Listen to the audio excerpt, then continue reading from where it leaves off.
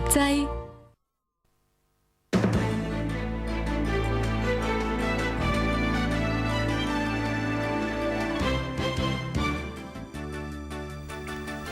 歡迎收睇時事點追蹤。Christina， 澳洲捕鱷魚專家利弗嚟咗香港幾日啦，喺元朗南生圍嗰度捉鱷魚。不過暫時嚟講咧，個結果都令到唔少人失望嘅喎。咁佢琴晚呢就係第5次捉鱷魚㗎啦，咁但係就仍然未能夠成功。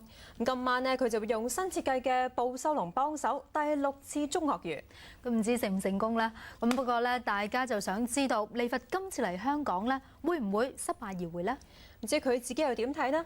利弗接受我哋訪問嘅時候就承認啦，捉到鱷魚嘅機會都只係一半一半嘅啫。咁而捕獸籠咧就差唔多已經係佢最後嘅武器嚟㗎啦。我哋今晚嘅節目除咗會有利弗嘅訪問之外，亦都會帶大家去到珠海一個鱷魚島嗰度睇下內地嘅專家捉鱷魚又有啲咩秘技，佢哋嘅技巧同利弗又有冇得揮呢？不如我哋而家咧就先去南生圍睇一睇，利弗夜啲咧就仲會第6次捉鱷魚㗎。我哋嘅同事咧吳子敏而家就喺南生圍㗎。咁子敏啊，利弗對今次用嘅新設計嘅捕獸籠咧，佢有冇信心呢？Christina， 其實咧，利弗對今次新用嘅捕獸籠係非常之有信心㗎。其實佢今日咧8點幾嘅時候已經嚟到南生圍呢一度㗎啦。佢一嚟到南生圍咧，就坐上小艇喺山貝河搜捕條鱷魚。而家咧佢就喺河面，有時咧就會用照明燈照下水面同埋河邊嘅草叢。其實咧，今晚咧利弗嘅裝備咧同之前一樣啦，佢都係帶埋魚叉，諗住活捉條鱷魚㗎。佢話咧困難依然係呢度附近嘅燈光太強，捕捉嘅時候要睇下河水嘅漲退。而有佢設計嘅捕獸籠，今日下晝就放咗喺山貝河度。利弗就希望新籠可以幫到佢捉到條鱷魚。利弗晚上再次嚟到山貝河呢一度，展開佢第6次捕鱷行動。佢頭戴一頂裝有照明燈嘅帽，坐住由漁護署人員駕駛嘅小艇喺山貝河仔細搜尋鱷魚嘅蹤影。利弗話：如果條鱷魚游向工業區嗰邊，因為燈光好強，好難捉到條鱷魚。佢話捉到鱷魚嘅機會係一半一半。And it depends on where he is. We have to just wait and see where he goes. There's a 50-50 chance out here every night. 漁護署下晝運咗一個長2.4米、闊1.2米新嘅捕獸籠嚟南生圍呢一度做最後嘅裝嵌，底部裝上膠桶，令個籠可以浮喺水面。亦會喺裡面放雞頭、連皮嘅肥豬肉以及老鼠做餌，亦都試下個籠有冇效。漁護署話：今次呢個籠有2個機關，食嗰個脷同埋踩到一個踏板呢，同時都會引起個門閂嘅，所以即係我哋希望嗰個能夠捉到鱷魚嗰個機會會提高。利弗嘅捕鱷行動如果再失敗，聽日會因事離開香港，星期6會再返嚟捉鱷魚。利弗就話啦，佢會再返嚟，因為咧佢中意接受挑戰㗎。喺度報道係咁多，交翻俾 Rachel 啊。唔該晒，我哋都希望咧今晚真係會有好消息啦。至於利弗自己又點睇呢？一齊聽下。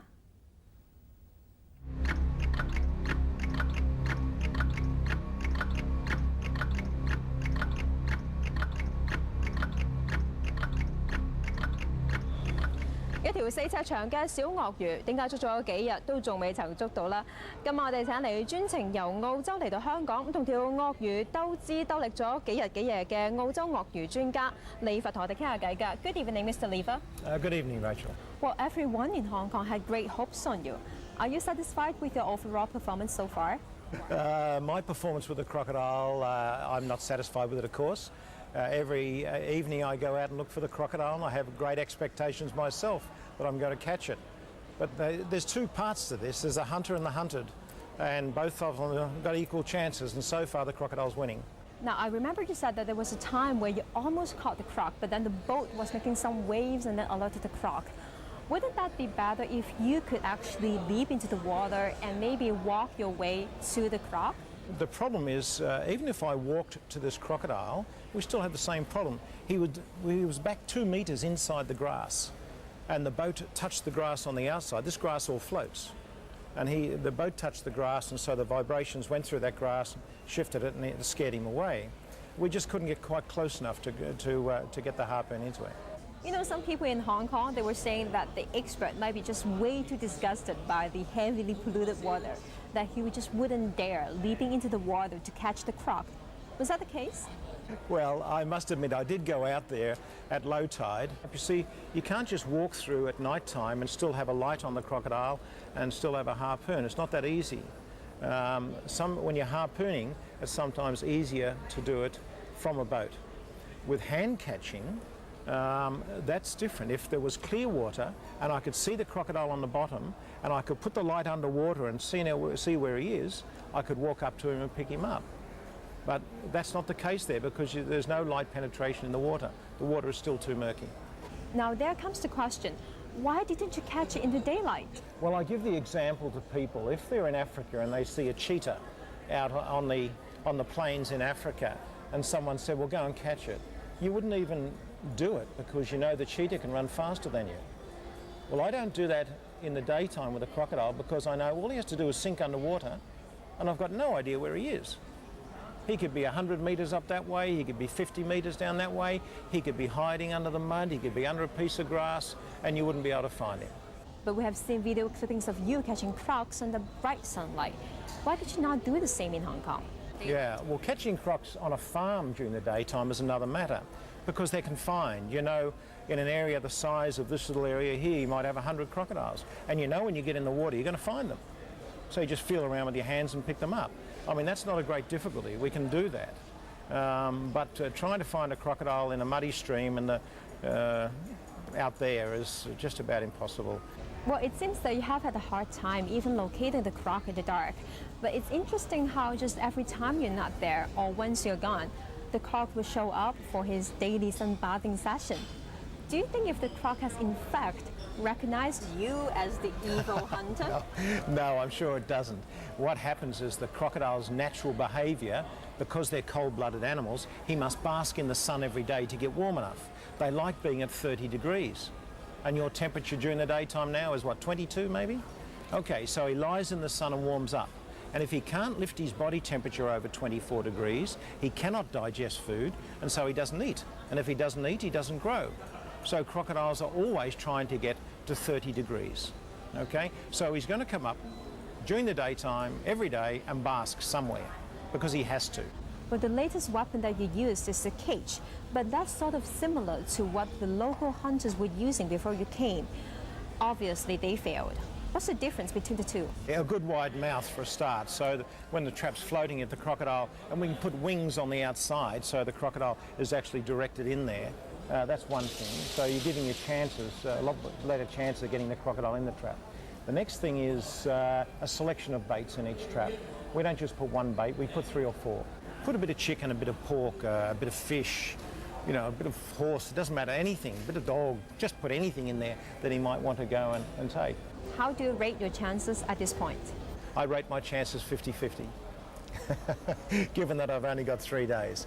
Look, every crocodile is catchable, and this crocodile will be caught. It's just a question of time. And there is no limited time? Well, there is no limited time, but the expectation, I would have an expectation that this crocodile would be caught within a month. Well, so far you have tried with your bare hands and with a harpoon and later on with the cage. Is there any other weapon that you keep until the very last critical moment? I would sooner give the traps another week or 2 to work rather than do anything else. There's only one other way, and that is a special kind of net that's put in the water to tangle the crocodile up. But I hate using them because quite often crocodiles drown. And the worst scenario we're going to have here is to catch a crocodile and then have it die. This crocodile, I believe, has great value for Hong Kong. I think it could be an icon for Hong Kong. Do you realise over the last few days I have spoken to everywhere in the world about this Hong Kong croc? So Hong Kong has got a tremendous profile because of this little crocodile. So what a valuable asset he is. So it really is important, I think, that Hong Kong takes this little animal, puts him in a safe place, grows him up, and makes an icon of him. Give him a good name, something that you can market, because this could be a real future. I mean, crocodiles live for a long time. They live as long as you and I. So you could have him for another 90 years. Is this Hong Kong croc the most challenging one that you have ever faced? This particular crocodile is very challenging. I've had one in Australia which has been even more challenging. I've spent over $10,000 trying to catch it. It's a 6-metre long crocodile weighing probably a tonne, and I've hunted it for 4 months and saw it for 2 minutes in that time. I could always see where it had been, but I only saw the crocodile itself for 2 minutes in that whole time. They are very clever animals. So hopefully the croc will be caught in a month's time, as you said. Well, if I don't catch it by harpoon tonight or in the next few nights, the traps should get it within a month. Okay. So hopefully that's the case. Hopefully that's the case. Thank you very much, Mr. Lever. Thank you.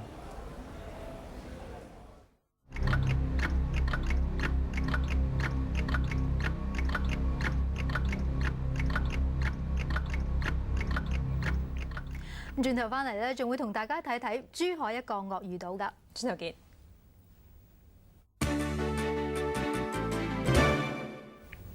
翻返嚟節目時間，澳洲嘅鱷魚專家利佛咧嚟香港捉鱷魚就仍然未能夠成功㗎。有啲人就認為咧，不如揾其他嘅專家試一試。咁其實咧喺內地咧都有唔少鱷魚場㗎，而識得捉鱷魚嘅專家咧都有唔少㗎喎。係咁，我哋同事林建成咧就去咗珠海一個鱷魚島。冇錯，咁就由林建成咧帶大家睇下內地專家嘅捉鱷魚方法喺山貝河嗰度又用唔用得着啊？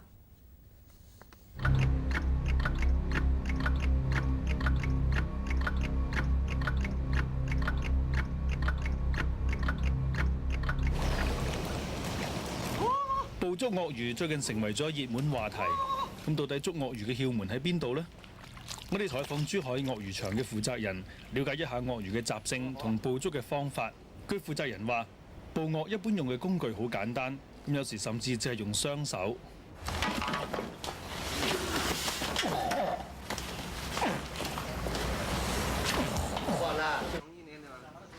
不過鱷魚發惡起上嚟都唔好嘢㗎。呢條1米多嘅鱷魚，一個人未必制服得到，咁就要揾幫手啦。監住佢，監住佢，監住頭嘅，監住頭嘅阿初，咁啊監住頭嘅啦。鱷魚咧，佢弱點咧就嗰個頸嗰度，同埋佢眼睛嗰度，同埋佢捉嗰陣時就兩個手咧監住頭嗰度，跟住後邊一個嗰啲腳嗰度咧冚即係。監住佢嗰個尾嗰個後邊兩個腳嗰度後腳嗰度，監咗佢一般咧監嘅情況，佢就即係佢嘅力量就冇咁大㗎啦。從事15年捕鱷工作嘅劉龍章話：初做除咗係要克服心理障礙之外，咁亦都要唔怕俾鱷魚咬。嗰條鱷魚有200幾斤重㗎，因為佢嗰陣時鱷魚咧比較緊張，即係我哋係即係左右嗰個嗰啲保安房入邊咧就多。即係大家配合咧，有啲唔好，因為幾百斤、200斤鱷魚咧，就一個人咧就好難即係控制到佢㗎啦。因為大家好咧，佢啲鱷魚喐得好犀，掙扎得好犀利咧，佢就諗尾嗰啲配合得唔好咧，就俾佢咬起蛋咯。當時咧我哋係做一個長袖衫㗎，佢諗尾啲咬穿，連衫都穿咗爛晒㗎啦，就佢呢度咧就嗰啲牙齒啊，佢咬落去㗎啦。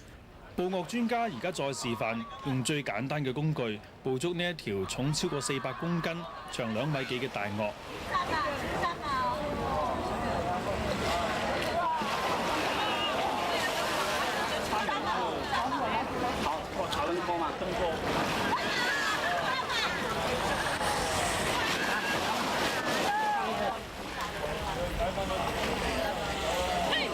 專家首先用繩索套住鱷魚嘴。不甘被捕嘅鱷魚呢，用盡方法同對方展開角力。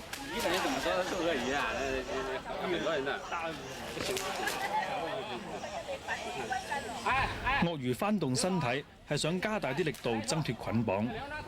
專家其後再用繩索套住鱷魚頸部，咁呢度亦都係鱷魚較脆弱嘅部位。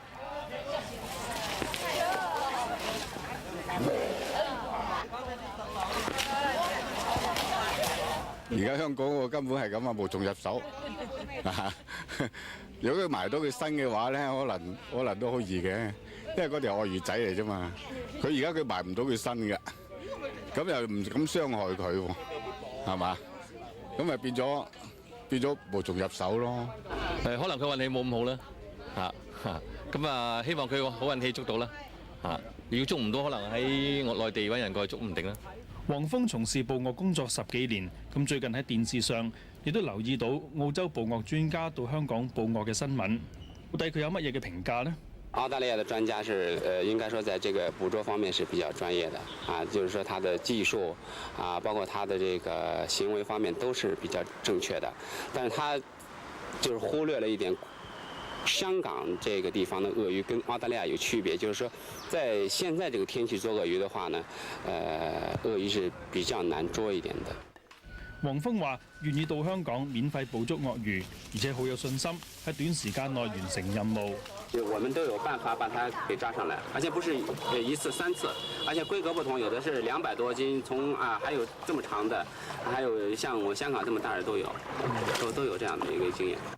黃峰話：由於天氣開始轉涼，怕凍嘅鱷魚會選擇潛入溫度較暖嘅水裏邊，咁時間越拖得長，捕鱷就更加困難啦。珠海呢一個鱷魚島咧有1000幾條鱷魚，一啲都唔簡單喎。其中有啲鱷魚咧已經成30幾歲㗎啦，一齊睇下。位於珠海白藤湖嘅鱷魚場，可以話係全國最早養殖鱷魚嘅場地。咁最初接收由泰國贈送嘅3條鱷魚，發展到而家，飼養咗1000幾條大小唔同品種嘅鱷魚。好似呢一條成個鱷魚場最大條嘅鱷魚咧，已經有成30幾歲，重量差唔多有成500公斤。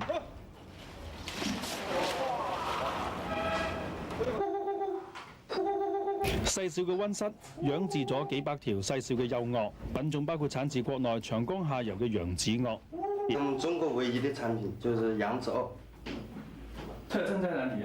它的嘴很大，它的皮膚表面是黑色的，脾性方面比那個國外的要溫馴。除咗國內嘅揚子鱷之外，仲有產自馬來西亞同埋泰國唔同嘅品種。由於鱷魚俾人嘅感覺總係兇猛殘忍，因此一啲同鱷魚有關嘅表演呢，往往吸引遊客嘅注意。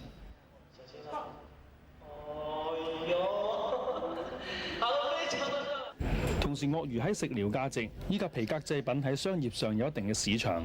鱷魚嘅生活習性，除咗中意靠近水源同沼澤地之外，對氣候亦都相當敏感嘅。一旦天氣和暖，鱷魚好中意會爬上岸曬下太陽。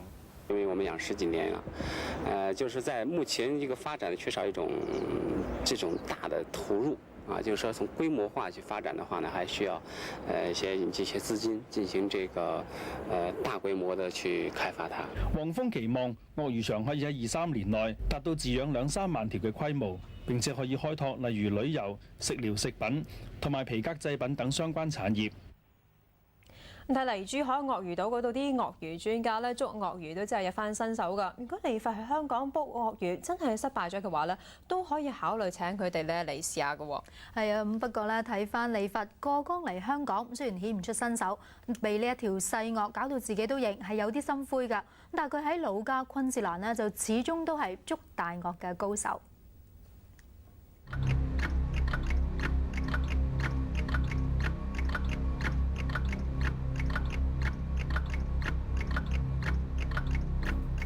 呢個鱷魚王國住咗3000幾條鱷魚。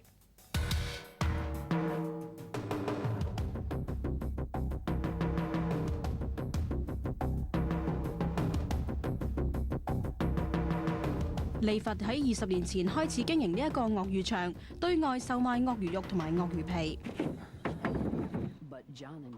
利發個仔賈森細個就開始跟佢捉鱷魚。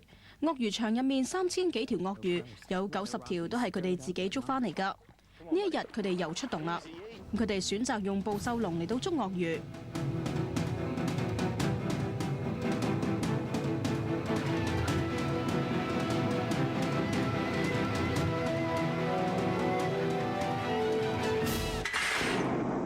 第2日翻嚟嘅時候，鱷魚已經喺籠入面。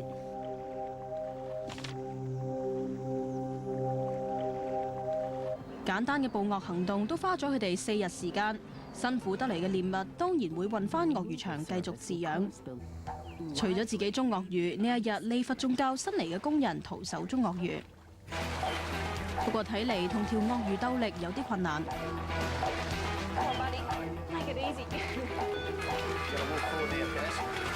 Careful there, don't get his jaws. Okay, go, go, go. Go. That's it. Hang on. 不過最後都順利完成任務。鱷魚場入面只得100隻鱷魚媽媽。遇上特別乾旱嘅氣候，利弗非常之擔心鱷魚蛋嘅產量唔夠多。呢一晚忽然落咗場大雨，似乎有好消息啦。羅便臣太太一直都係鱷魚場入面產卵量最多嘅鱷魚媽媽。呢一晚佢亦都不負眾望。第二日，利弗急不及待去收集鱷魚蛋。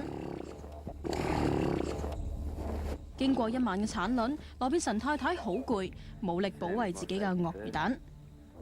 不過喺水裡面嘅鱷魚爸爸就心知不妙，正係等待時機擊退不速之客。最後利弗都順利攞到呢一桶豐富嘅收穫。當晚佢哋仲成家人一齊慶祝。